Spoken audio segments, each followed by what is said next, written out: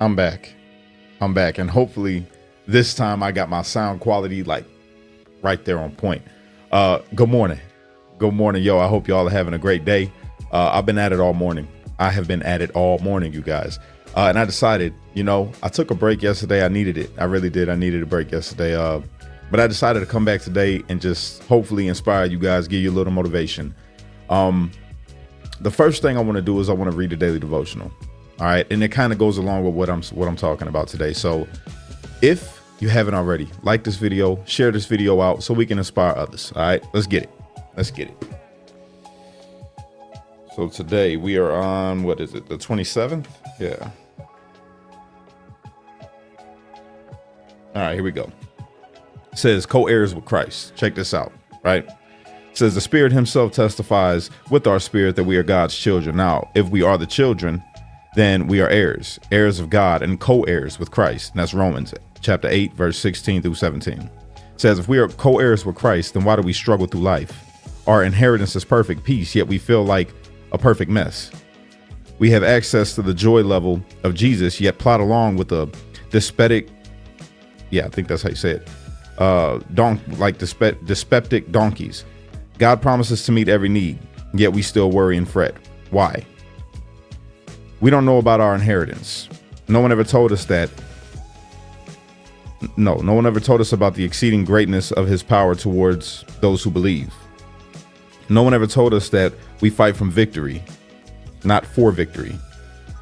No one ever told us that our promised land, our Canaan, is already conquered. Some Christians never live out their inheritance because they don't know that they have one.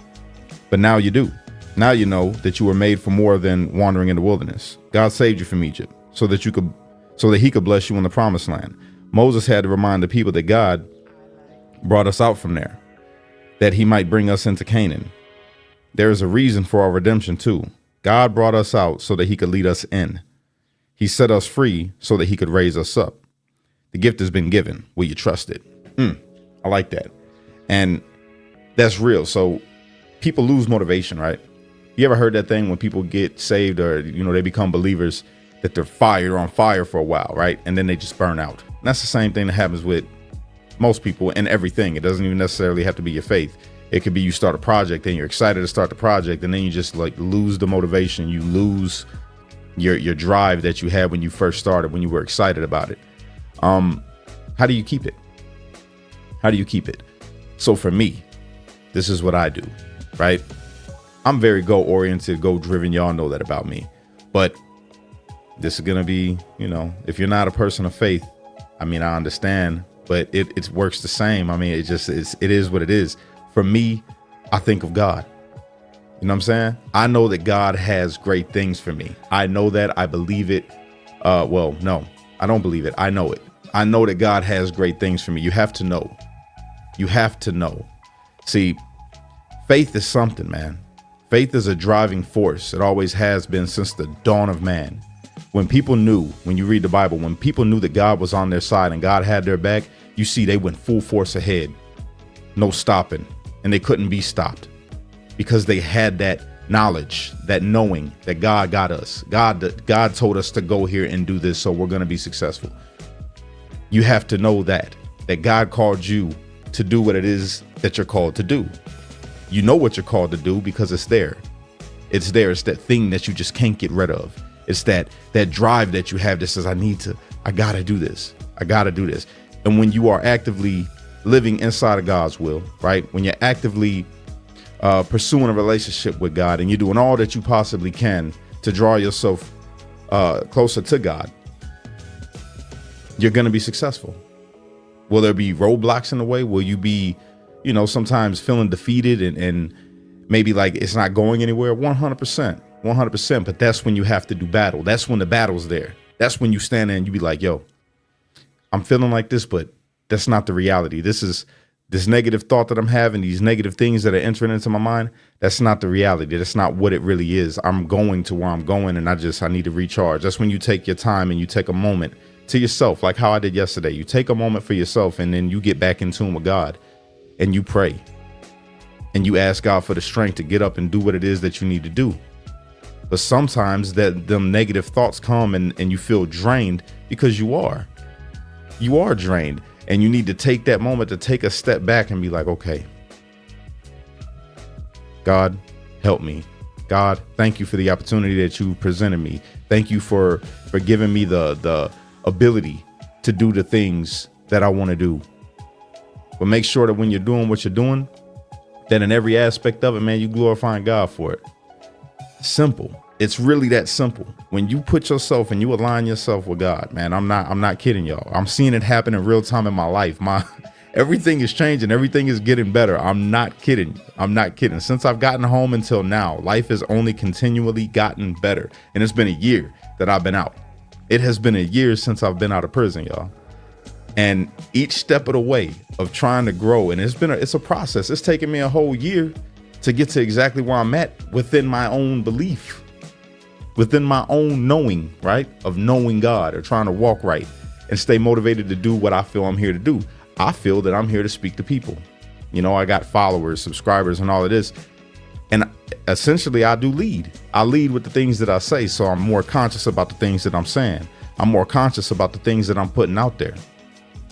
But I know that that's what he put me here to do. So when I do it, I'm trying to do it in such a way that it glorifies God, that I'm not putting nothing bad out there for people, man, that I'm inspiring people. And at the end of the day, whenever somebody gives me any kind of praise, they say, yo, Cash, you're a good guy. Yeah, I say, no, I'm not. I'm a horrible person. All glory be to God. Whatever good you see Cash do, that comes from God. And then I keep on going in my path, executing the things that I need to execute to get to where I want to be. All right. There is no other type of instruction manual. I mean, you might be trying to edit videos, or you might be trying to, film, or you might be trying to start a business, or whatever it is that you're trying to do. They got a blueprint for that, right? And you can follow that. But you want the ultimate success of it, of whatever it is that your endeavor is, right? You want the ultimate success, then make sure you align yourself with God in every single way that you execute. Simple. You don't step on nobody. For me personally, I don't want to belittle anybody else. I'm trying to put a hand out to lift up the next brother or the next content creator, because that's what I do. I'm trying to use what I'm learning with editing to help out the people that I care about, that I feel, could use a hand.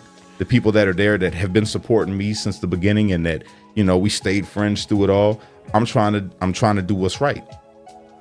Always keep God in the forefront of every single thing that you're trying to do. And I promise you, you'll keep your motivation. You'll keep your motivation to keep on going.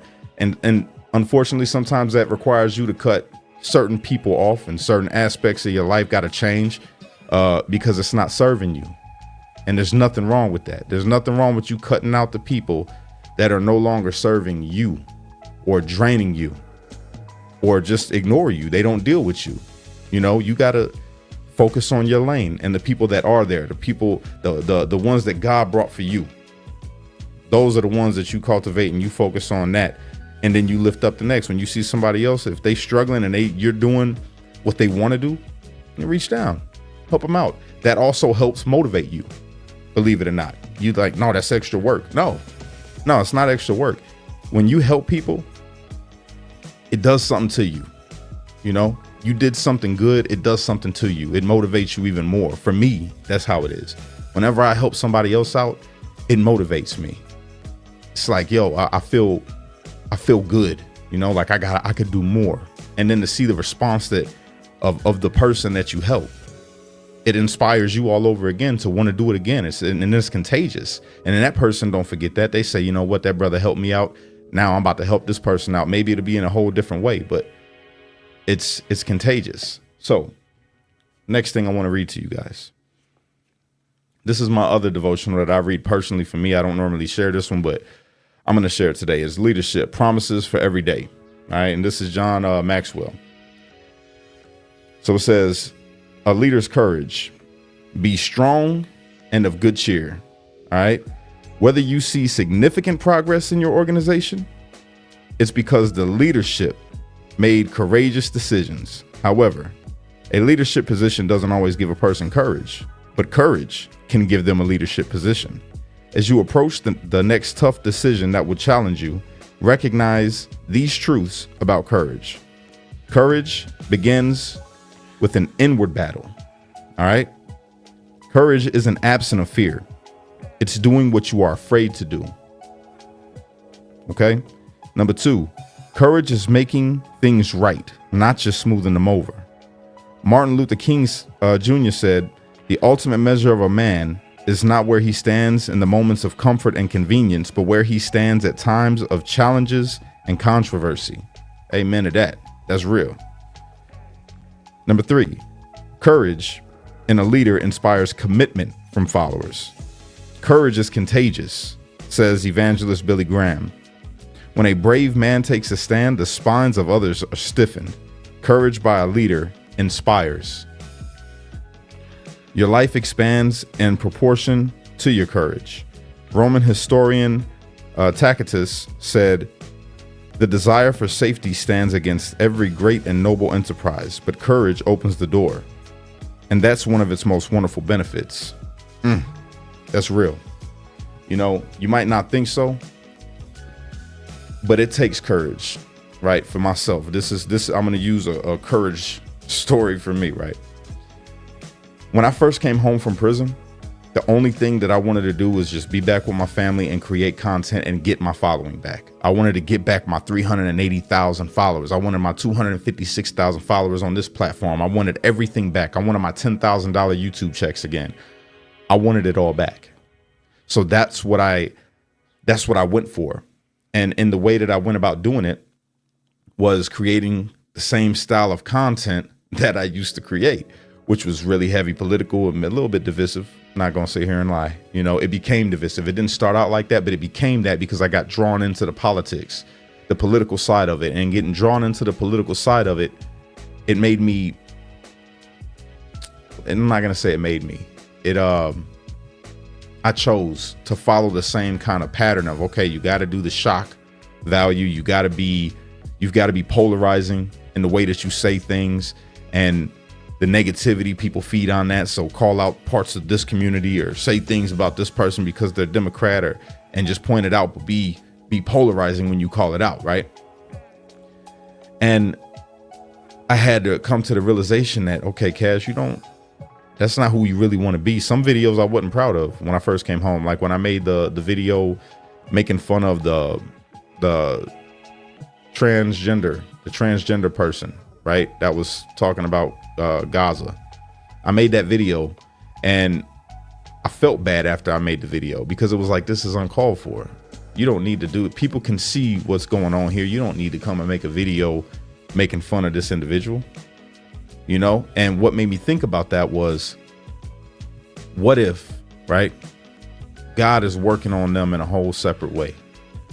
What if that person that's a part of that community, what if God is, because I went through my own path, right? I was a Christian. I was a Muslim. I was a Hebrew Israelite. I was a part of the Nation of Islam. I was all these different things. I was a gangbanger. I did all types of stuff. But here I am now. God had led me full circle back to him through all my, I was promiscuous. I'm talking about sleeping with all types of females. God led me through my own path where I was just as wrong as the wrong that I'm calling out. So why would I use my platform to talk down on this person because their sin I disagree with more than the sins that I do? My sins are, I guess, are lesser than their sin. You see what I'm saying? But what if I was supposed to be the one that made a video that inspired that person because God was doing a work in them or is doing a work in them, and then they see that video and they say, man, this dude's different. This dude's not looking at me, you know, as this, but instead it challenges them to think about themselves and question their relationship with God rather than tear them down for the wrong that they do, because everybody does wrong, right? So that's why I've been, if you noticed, my content's changing. I want to be more inspiring to people because you never know where their walk is. God might be using you and whatever it is that you do, whatever endeavor you take, right? God might be using you to motivate a relationship with God and somebody else just by the way that you are, the way that you present yourself. So I think about all these things, man. I think about all of it when I'm creating this newer content that I'm doing. And I know it's not popular. I know that this isn't polarizing. I know that this isn't going to be the content that people are like, oh man, I remember Cash when he would, say this or that about politics or talk about this issue or that issue. I still talk about the issues, but I'm more mindful about it because of where I'm trying to go and what I'm trying to do. At the end of the day, I want to unite people. I want to see this country united. I want to see black, white, Democrat, Republican, and everything else, the whole umbrella of differences. I want to see all people come together. And this quote, man, from the Bible, this verse from the Bible now is one of the things that I carry with me every day. He say, if I be lifted up, then I would draw all men unto myself. So I have to make sure that the Holy Spirit, right, is lifted up in myself, because that's the only way that men are going to be drawn to God, is to allow God to shine through, if that makes any sense. And it takes courage for me to sit up here and tell you guys this, especially when you got a whole bunch of people that know you, that know your past, that know the things that you've done, the places that you come from. So it takes a lot of courage for me to stand up here and be this person, just authentically me, right? These are the things that I think about on a day-to-day basis. These are the things that I struggle with in myself that I don't really bring to the table. I don't bring this to my YouTube. I don't bring this to my Facebook. I don't bring this to my Instagram. I definitely don't bring this to X, but I should. So I am. And that's that, that's that. It takes courage. And he says, you got to be courageous. Be courageous. Do not be afraid. So with that, you want to keep your motivation? You want to keep on going and being successful in life? You got to be courageous. Keep God first. Don't be ashamed of it. Let people see your change. Let people see the growth. That's why I didn't take down none of my old videos, so people could go back and they can look and be like, look at this. You can see how he was right here. And then he started to try to change right here, but then he fell back into it and went double down on the politics. And then you see him start to change right here. And now it's just been a steady change. And now this dude is completely different. Testimony. Your life is a testimony. Every single one of you that's watching this, your life is a testimony. One way, shape, or form. Somebody's watching you. You never know who. And that's a good thing. So just be mindful of that. Be courageous. Do not be afraid. Stay motivated by staying in tune with God and keep God in the forefront of your mind. That's my video for today. All right. I love you guys. I appreciate you guys. Thank you for all the love, man. Thank you for all the support, everything. Y'all are amazing. So unite. Don't fight. Be a street light. It's only you can be the change you wish to see in the world. And when you get too stressed out, you got to remember to pray, America, because without God, everything falls apart. And that's a fact. And it rings so true as I keep walking this walk. It's like God gave me that back when I was doing the politics stuff. And look at it, just having more and more and more meaning as we move forward. We got this. We're better together than we are apart. The only way we should be divided from somebody is if they are living evil compared to the way that they should be. And even while they live in evil, you still be good, do good, speak life, speak God. That's it. Peace.